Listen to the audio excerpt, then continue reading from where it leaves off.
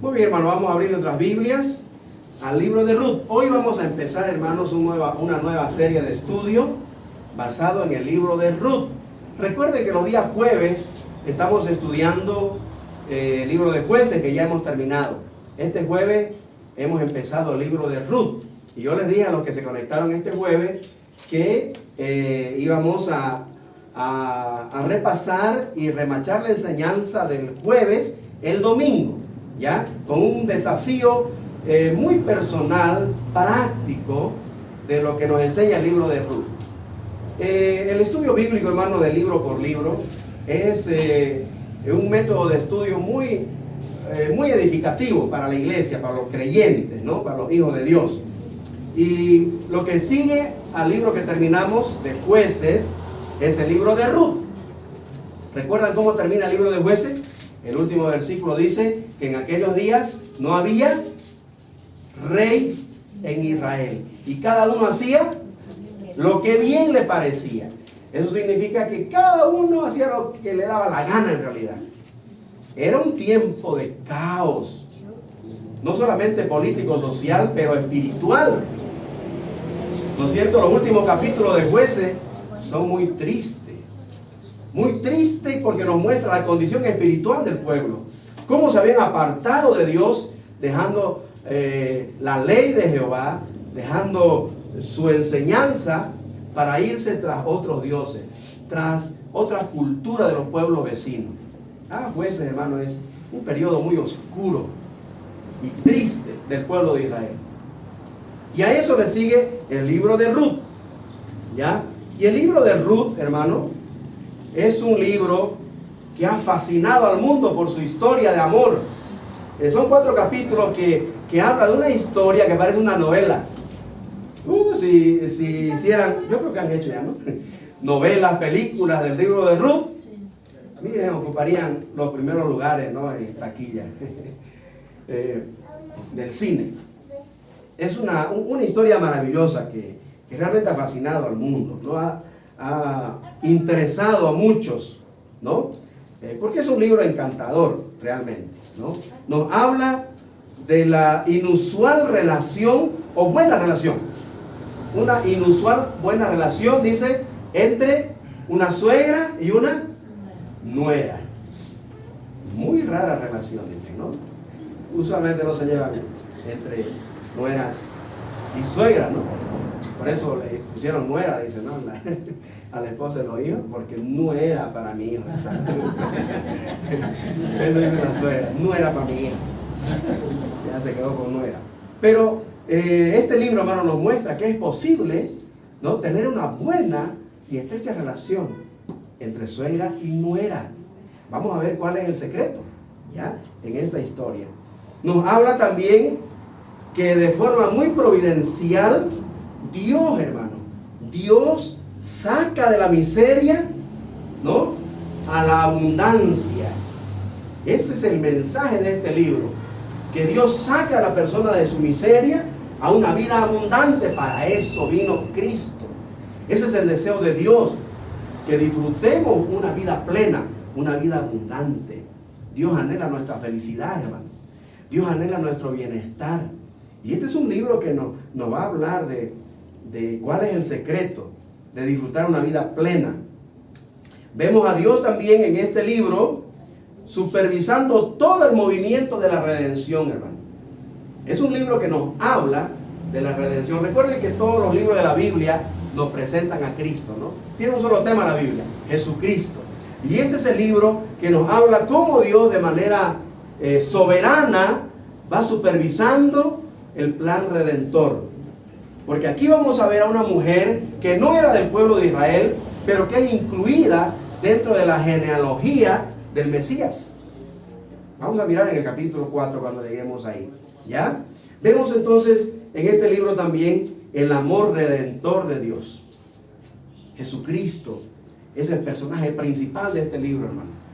Aunque no está su nombre ahí, pero vamos a mirar en todo el contexto del libro que Jesucristo es el personaje principal del libro de Ruth. ¿Listo? Así que sin más preámbulo, vamos a abrir nuestra Biblia al capítulo 1 de Ruth. Está después de Jueces, ¿no? Porque hemos terminado de estudiar Jueces recién. En el capítulo 1 vamos a aprender, hermano, que nuestras decisiones de alguna manera van a afectar nuestro presente y nuestro futuro. Qué importantes son las decisiones en la vida, hermano. Nosotros a menudo estamos tomando decisiones. En realidad vivimos decidiendo. ¿Sí o no? Al menos es mi experiencia, ¿no? Yo ni bien abro los ojos, ya tengo que tomar decisiones. ¿Me levanto o no me levanto? A ver qué hora es. No, unos minutos más, ¿no? Decido. Tomo decisiones. Y esas decisiones de alguna manera van formando mi carácter, ¿no? Mi persona, van trazando mi norte, ¿no es cierto? En base a las decisiones que yo tomo, que usted toma a cada paso que da en esta vida. ¿Sí o no? Entonces, el capítulo 1, hermano, nos va a hablar de que somos el fruto de nuestras decisiones. Anótese el título del capítulo 1. Somos el fruto de nuestras decisiones. Usted está aquí, hermano. ¿Por qué? Porque usted decidió. Según su plan de vida, usted decidió. Porque usted es un cristiano, ¿no es? Usted dijo, el domingo es día del Señor. Y yo este domingo 21 de noviembre del 2021 voy a llegar, ¿no? Ya usted decide, pues. Este domingo, día del Señor, yo y decide. Entonces, para llegar temprano, 10:30, que es el culto, entonces me voy a poner mi alarma, ¿no? Hasta la hora. Porque yo tengo que bañarme y tardo en la ducha tanto. Desayunando tanto, planchando mi camisa tanto. Así que, a ver. Y el micro tarda tanto. Así que ya yo saco mi cuenta, pero yo decido a qué hora quiero llegar a mi cita. Y obviamente a otras citas, yo sé a qué hora llego, ¿no? Pero a mi cita con Dios, también usted decide a qué hora llegar. ¿No es? Entonces, es un libro, hermano, es un capítulo aquí que nos dice que somos fruto de nuestras decisiones. ¿Ya? Y vamos a mirar entonces qué pasó con un hombre llamado Elimelech y su esposa Noemí, que tomaron decisiones en su familia. Vamos a ver 3 decisiones principales. Vamos con la primera, ¿ya? Elimelech y Noemí toman una decisión crucial en su vida frente a un problema nacional. Había un problema nacional que nos va a hablar el capítulo 1, ¿ya? Y dice, por ejemplo, 1. Aconteció en los días que gobernaban los jueces. Por eso lo pusieron a Ruth despuesito de los jueces. ¿No es? Jueces, Ruth, 1 Samuel, 2 Samuel, ¿no es? Porque es una historia que nace en este contexto, cuando gobernaban los jueces. Y recuerden que el tiempo de los jueces, hermano, era un periodo muy triste, muy oscuro, ¿no? Dentro de la vida de los israelitas, un tiempo de apostasía. Hermano, era realmente como dice, como termina, pues ahí termina, mire, el último versículo de Jueces. Como está en Ruth, ahí está, 25. En estos días no había rey en Israel y cada uno hacía lo que bien le parecía. Esta expresión quiere decir que no solamente no había un líder político, también no estaba gobernando Dios en la vida de su pueblo. Por eso los capítulos 19, 20, 21 hablan de tantas cosas, ¿no? De apostasía, tiempo de desorden, no solo político, pero también social, moral, ni se diga, había un caos moral, ¿no? Eran tiempos muy sombríos estos del tiempo de los jueces, ¿ya? Había una indiferencia tal hacia las cosas de Dios que la gente, hermano, hacía lo que bien le parecía. Es decir, si yo digo, bueno, para mí no está mal el adulterio, así que soy infiel a mi pareja y no pasa nada. Esa es mi verdad, como ahora, ¿no? Cada uno tiene su verdad. No había una verdad absoluta. No había una verdad absoluta. Todo era relativo, como este tiempo. Así que no es muy diferente al tiempo actual, ¿Qué tiene de malo pues que yo me case con una persona del mismo sexo? Para mí está bien. Bueno, es su vida, ¿no? Es su verdad. Y hermano, bajo apoyo gubernamental, ahora estamos apoyando cosas que están en contra de los mandatos y principios de la palabra del Señor, ¿no? ¿Qué tiene de malo pues que yo decida sobre mi cuerpo, ¿no? Yo no quiero tener pues este bebé. Y con apoyo gubernamental ya en muchos países, y muy pronto aquí también lo van a legalizar. El asesinato de un ser indefenso lo van a legalizar. Lo van a legalizar, tristemente.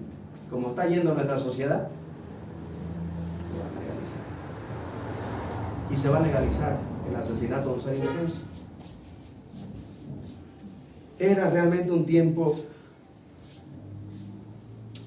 muy crítico en el ámbito moral, espiritual, social, político. Un caos, ¿no? Un tiempo sombrío, indiferencia hacia las cosas del Señor, una inestabilidad tal que ahí lo vemos reflejado en la historia de los jueces. En ese contexto viene esta historia, ¿ya? Y como dice el versículo 1, cuando gobernaban los jueces, hubo, dice, hambre en la tierra. Este es el problema nacional.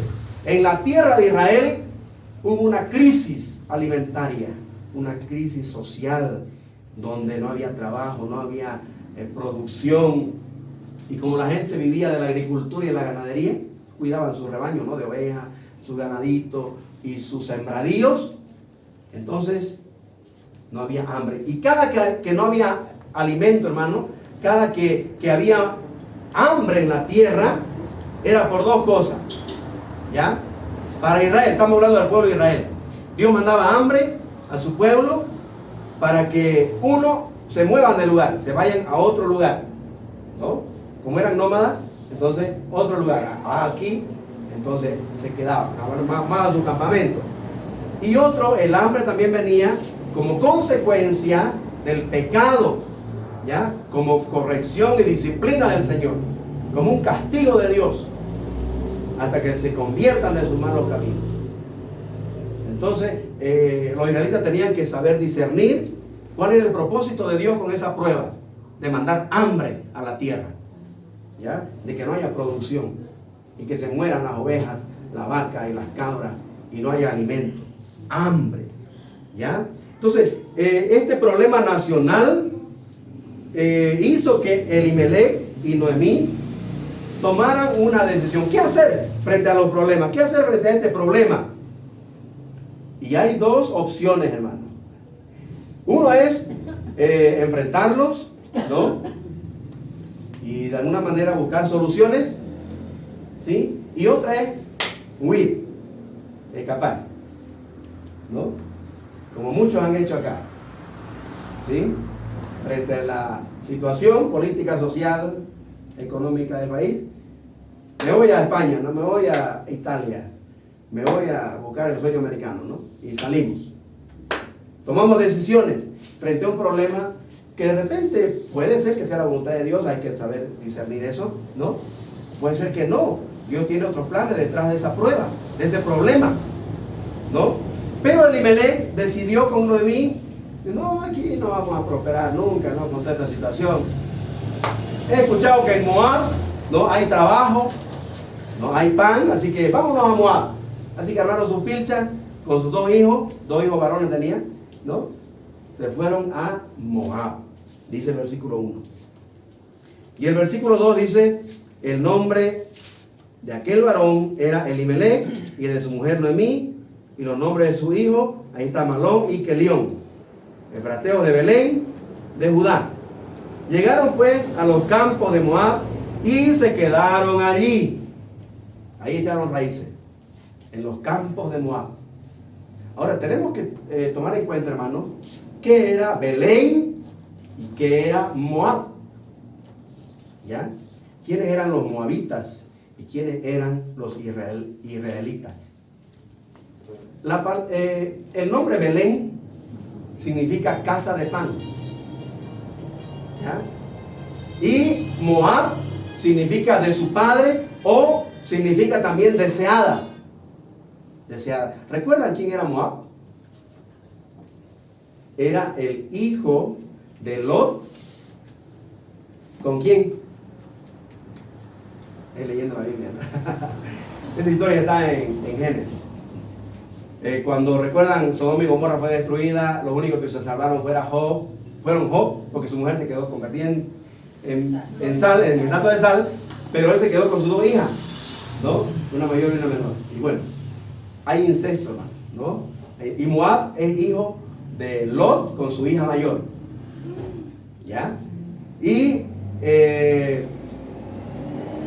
no recuerdo el otro nombre del otro hijo, con la hija menor. ¿Ya? No se asusten, lean. ¿No? Y la Biblia es así, un libro franco, ¿no? Claro, que nos muestra no solamente una cara en la medalla, las dos caras, ¿no? Pero tiene lecciones de fondo, por supuesto, ¿no? Pero Moab era entonces el fruto de un incesto. Por eso su nombre significa hijo de su padre o deseada. Entonces, da la idea de que salir de la casa de pan, de la casa de abundancia, donde no tenía que haber hambre, e ir a un lugar atractivo, nos muestra, hermanos, ¿ya? Dejar la iglesia, por decirlo así, e irnos al mundo, volvernos al mundo. Es como querer volver a Egipto, los israelitas, ¿no? Dejar la tierra prometida para irse de nuevo al mundo, a la atracción del mundo. Ahora, vamos a mirar qué fue lo que pasó allá en el mundo, allá en Moab, allá en la deseada, ¿ya? En una tierra extraña. Esta familia, hermanos, por la decisión que tomó frente a los problemas, en primer lugar, después del problema del hambre, atravesaron el problema de dejar su país, de dejar sus tierras, por irse a un país extraño buscando mejores horizontes, ¿no? Allá dice, vamos a resumir, dice el versículo 3 que murió Elimelech, murió el patriarca. Uy, Noemí quedó viuda y sus hijitos pobrecitos quedaron huérfanos, ¿ya? Pero ellos crecieron y se casaron. Ahí dice, mire, versículo 4, los cuales tomaron para sí mujeres que, ¿de dónde? De Moab. Moabitas. ¿Y cuál era el mandato de Dios a los hijos de Israel? No unirse en yugo desigual con ninguna de las naciones vecinas. Miren ustedes, problema tras problema, ¿no? Matrimonios mixtos. Un creyente con un incrédulo. Lo que no debe pasar, ¿no? En la iglesia. Pero pasa. Y luego otro problema. También mueren los hijos, ¿sí? Ahí está. Dice el 5. Murieron también los dos. Qué triste, ¿no? Qué tragedia, hermano. Quedando entonces la pobre Noemí desamparada, ¿no? De sus dos hijos y de su marido. Sola, solita y sola, hermano. Desamparada. Y esto hizo que tenga un corazón amargado. Como vemos al final del capítulo, ¿no? Vemos de que tenía un corazón amargado, ¿no? Por todo lo que había sucedido. Miren a dónde nos puede llevar, a dónde nos puede conducir una mala decisión en la vida, hermano. Es tan importante saber qué es la voluntad de Dios acerca de una decisión importante en la vida. Hay decisiones que son cruciales, hermano. Y nosotros tenemos que saber discernir si es lo que Dios quiere, si es lo que Dios tiene para mí al tomar una decisión. Especialmente de esta, de trasladarse, dejar su país, dejar su tierra e irse a otro lado por un problema que aparece. ¿Ah?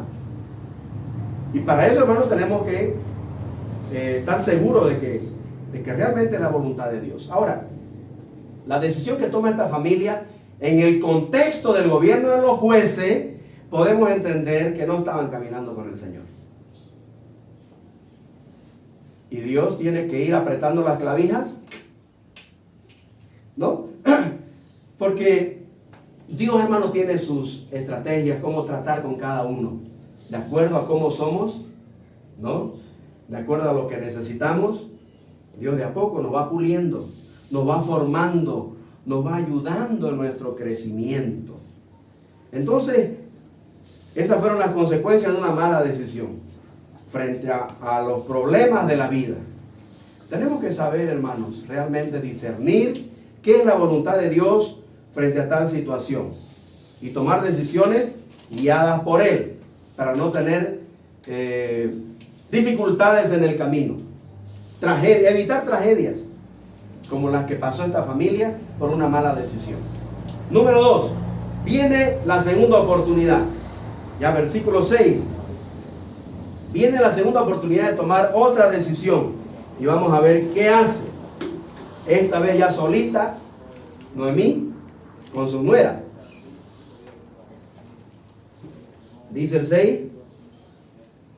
Entonces se levantó con sus nueras y regresó de los campos de Moab, porque oyó en el campo de Moab que Jehová había visitado a su pueblo para darles pan.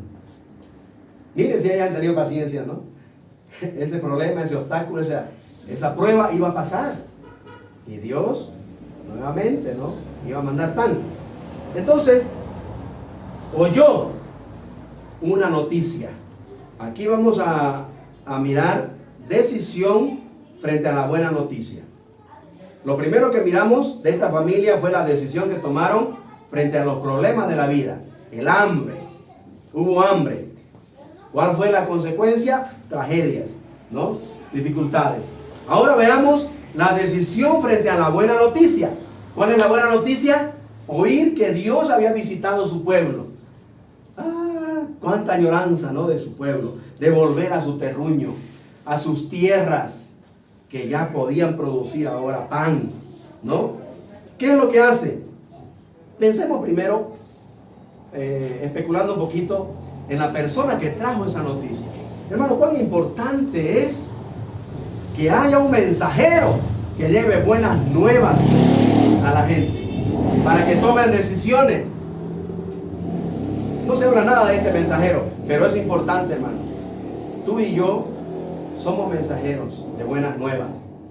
Hay salvación en Cristo Jesús. Hay esperanza para el hombre hoy, si cree en Cristo, ¿no? Y se vuelve a Él, va a tener la vida plena, la vida abundante que Dios le ofrece por medio de Cristo. ¿Sí? Bendito sea aquel varón o mujer que trajo esta noticia a Noemí, que lo estaba necesitando.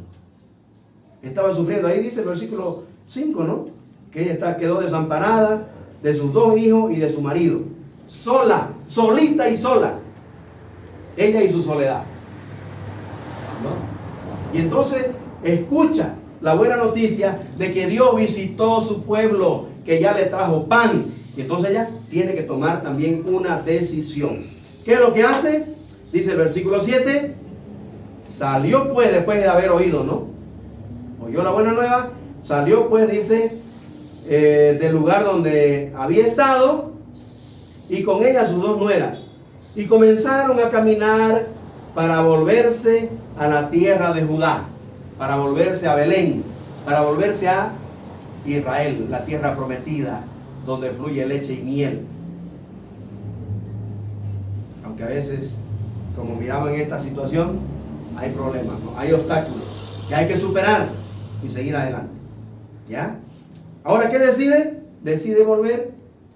Oyó, se levantó, decidió regresar y salió. Dio el primer paso.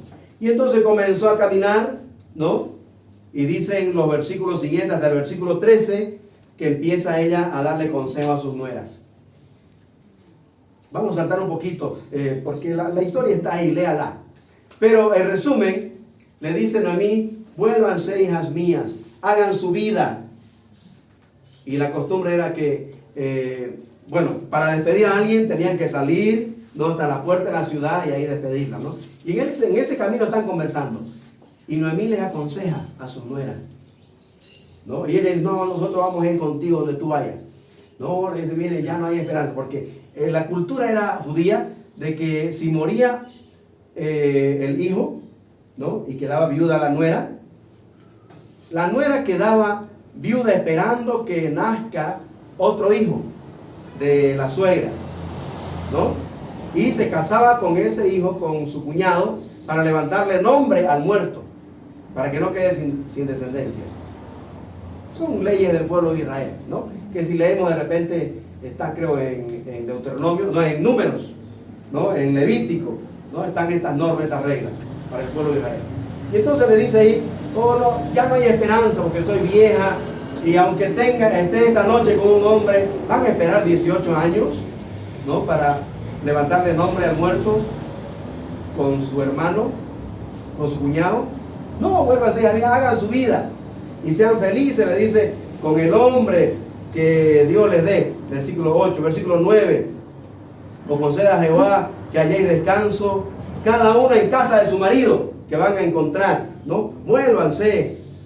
Y siguen ellas insistiendo en acompañarla. Y dice el 11, y Noemí respondió, volveos, hijas mías, ¿no? Y ahí le dice eso que les conté. Y dice el versículo siguiente, vamos a ir al 13. ¿Habíais vosotras de esperarlos hasta que fuesen grandes? No, ya le dije eso, ¿no? No, hijas mías, ni. El 14. Y ellas alzaron otra vez su voz y lloraron, dice, ¿no? Queriendo irse con la suegra. Ahora dice, y Orfa, una de ellas, besó a su suegra, y eso era el beso de despedida. Y se volvió, como ella le aconseja, a su familia, a su pueblo, a sus dioses. Vayan a su cultura y cásense con un moabita. Yo desobedecí, ¿no? Permití que mis hijos se casen con un inconverso, el yugo desigual. Vayan ustedes y cásense con un moabita. Bueno, pero dice el versículo 15, y Noemí dijo, he aquí tu cuñada. Le dijo a Ruth, ¿no? Nos saltamos el 14.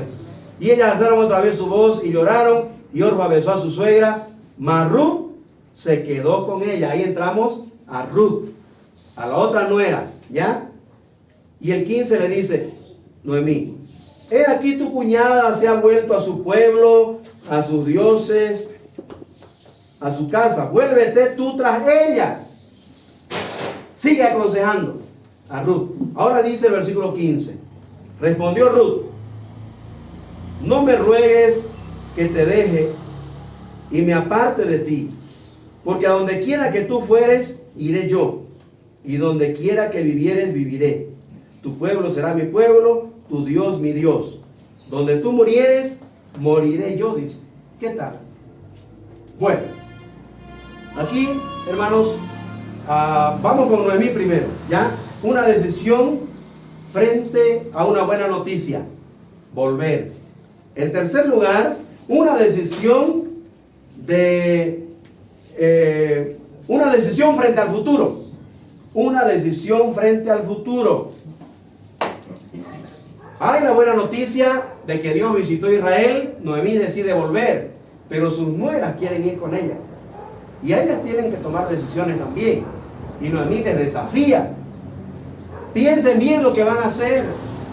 No les conviene ir conmigo, no hay esperanza de que yo les pueda dar otro marido, ¿no? De entre mis hijos. Y les cuenta por qué. Vuélvanse a su cultura, a su familia, a sus dioses. Hagan su vida y que Dios les acompañe.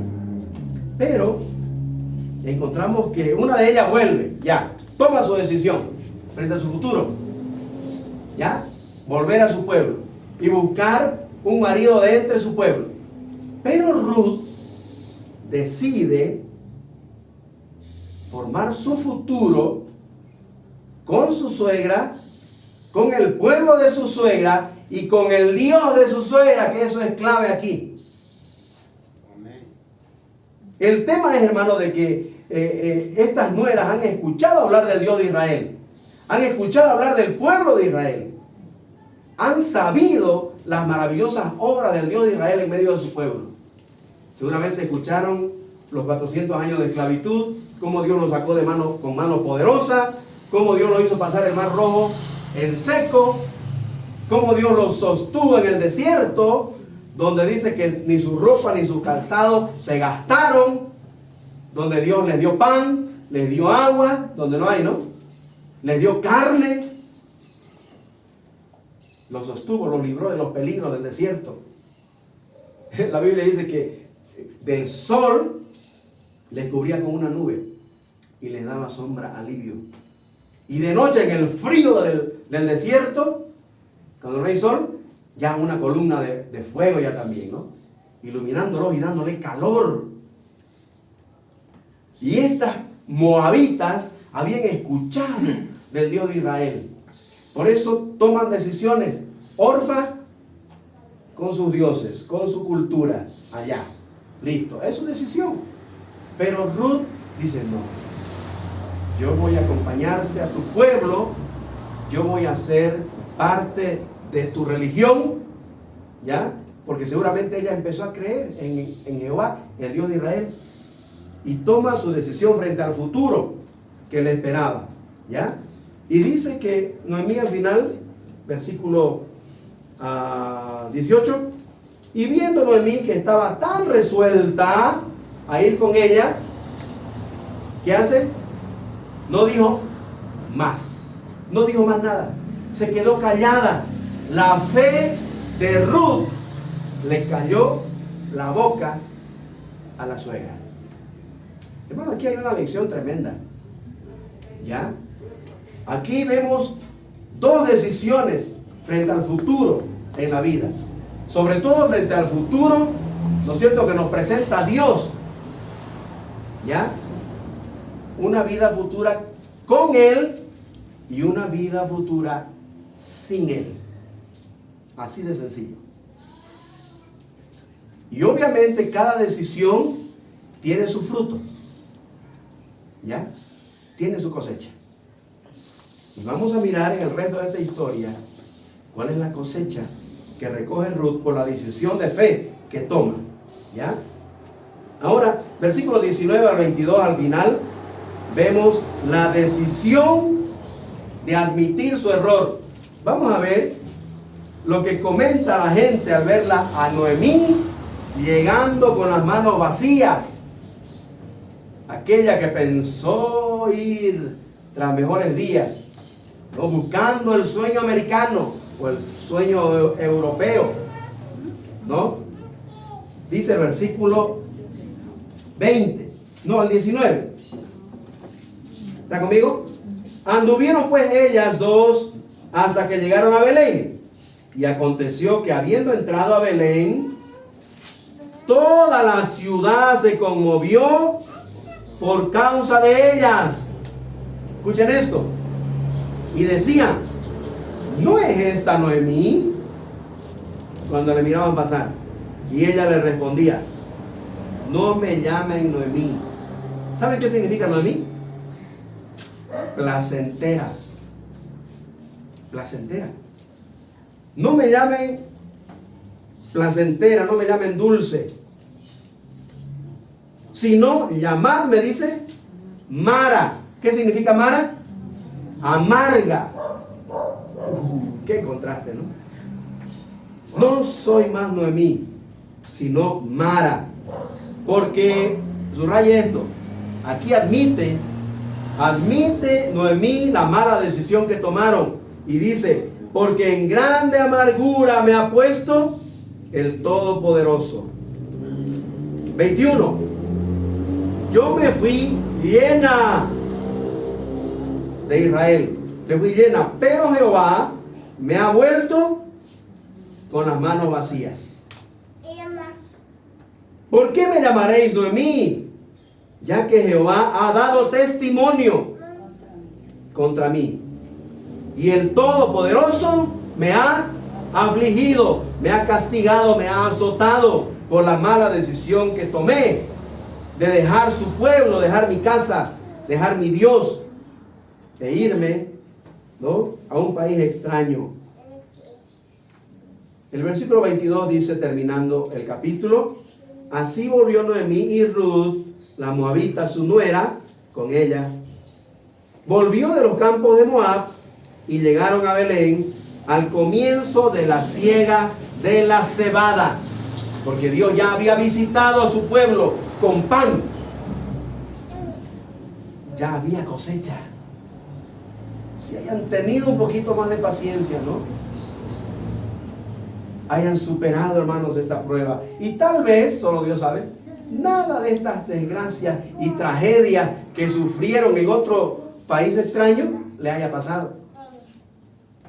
Pero recuerden que cada decisión que tomamos, pues, tiene su consecuencia. Entonces, decida admitir su error y humillarse, reconocer que Dios ha puesto su mano de disciplina, de corrección sobre ella. Entonces, vuelve a casa y admite su error, ¿no? No hay mejor cosa que volver a casa, volver al Padre y refugiarse nuevamente bajo su abrigo, bajo sus alas. Esta historia, hermano, nos hace pensar en la historia que el Señor Jesús contó del hijo pródigo, ¿no? Cómo dejando su casa se fue tras Moab, no tras el mundo, tras los placeres y deseos carnales, ¿no? Y de ahí cosechó igual desgracias. Quedó con lo del cuerpo, con los harapos del cuerpo, y no tenía nada para comer, ni la comida los chanchos le daban. Aquí él dijo: me levantaré, volveré a mi casa, volveré a mi padre y admitiré mi error. Hermanos, el Dios de la Biblia, el Dios que tenemos, el Dios de Israel, es un Dios de segundas oportunidades. Es un Dios misericordioso que nos da la oportunidad de restaurar nuestra vida, de volvernos a Él en arrepentimiento, pidiéndole perdón. Y desde luego que esta es una historia que nos habla de las decisiones a tomar en fe o por vista. ¿Recuerdan cuando en Génesis 17, Abraham, para no tener problemas con Lot, se separan? Y Abraham le dice: escoge tú dónde ir. Si tú te vas al norte, yo me voy a ir al sur, ¿ya? Si tú te vas al este, yo me voy a ir al oeste, ¿ya? Pero tenemos que separarnos por los problemas que había, ¿no?, entre sus pastores. Bueno, pero el tema es que Lot dice que toma decisiones por vista, se guía por vista. Y mira Sodoma, ¿no?, Gomorra, y seguramente había escuchado un poco, ¿no?, del progreso de estas naciones grandes, ¿no? Y ciudades adelantadas, de repente no progresistas. Y dijo: no, yo me voy a ir para allá, ¿no? ¿Ya? Y Abraham se fue para allá. Uno decidió guiarse por vista y el otro decidió guiarse por fe. Confiar en el Señor donde sea que vaya. Yo sé que Dios, si me voy al desierto, Él va a hacer florecer al desierto. No, pero yo me voy a guiar de acuerdo a cómo Dios me mueva, porque yo confío en Él, en fe. Entonces aquí están las decisiones. Tienen que ser movidas en fe para estar disfrutando de la vida plena que Dios quiere darme. Cuando caminamos con el Señor en plena comunión con Él, Él nos guía, hermano, a hacer decisiones sabias, a hacer su voluntad, ¿ya? Cuando activamos la mente de Cristo que tenemos, porque la Biblia dice, ¿no es cierto?, que tenemos la mente de Cristo, los creyentes, cuando leemos la Biblia, cuando oramos, cuando estamos centrados en Jesucristo y en su palabra. Entonces, todas las decisiones que tomamos en realidad son guiadas por Él, porque Él está en nuestra mente, guiando nuestros pasos, si estamos caminando con Él, ¿no? Y así no nos equivocamos. Y si nos equivocamos, tenemos la ventaja, ¿no?, de que tenemos un Dios de oportunidades que nos da una nueva oportunidad para empezar de nuevo, enmendar nuestros errores, ¿no es cierto?, restaurar nuestra vida y nuestra comunión con Él y empezar de nuevo, ¿sí? Bajo su amparo, los problemas son disipados. Hermanos, los problemas en la vida no son para huir de ellos. Los problemas son obstáculos en el camino para encararlos, enfrentarlos en el nombre del Señor, con su ayuda, superarlo y seguir adelante, seguir creciendo. En ese sentido, los problemas, hermanos, son oportunidades que Dios nos da de ver su mano actuando a nuestro favor y ayudándonos a crecer en fe y en confianza en Él. ¿Sí? Para eso Dios nos da problemas, dificultades, crisis en el camino. Porque si nosotros estamos confiando en Él, que Él es un Dios todopoderoso, es nuestro proveedor, ¿no? Nuestro protector, ¿sí? Y el que nos guía, entonces estamos confiados de que ese problema es una oportunidad de crecer, de ver cómo Dios me va a sacar de esta situación. En cada problema, en cada situación difícil que atravesemos. ¿Sí? Si nosotros confiamos, hermano, en un Dios todopoderoso, que está en control soberanamente de todo, entonces descansamos en Él y decimos, Señor, ¿y ahora? Quiero ver cómo me saca de esto, ¿no? Y ahí vamos, en tu nombre. Hermanos, es tan lindo depender del Señor, que uno puede experimentar y ver de qué manera Dios va trabajando en nuestra vida, en cada obstáculo, en cada problema, dándonos victoria, una tras otra, ¿no? No es fácil. Obviamente tenemos que perseverar, tenemos que ser pacientes, tenemos que depender mucho del Señor, ¿no? Y el Señor nos va guiando de victoria en victoria. Huir no es una opción de los problemas, hermano. Enfrentarlo de la mano del Señor es la decisión correcta. Andar por fe, vivir en fe.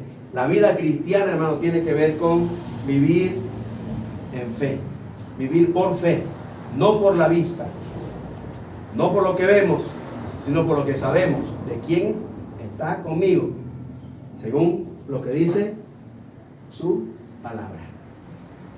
Y Dios, hermano, nos saca para mostrarnos sus planes, sus propósitos a través de ellos.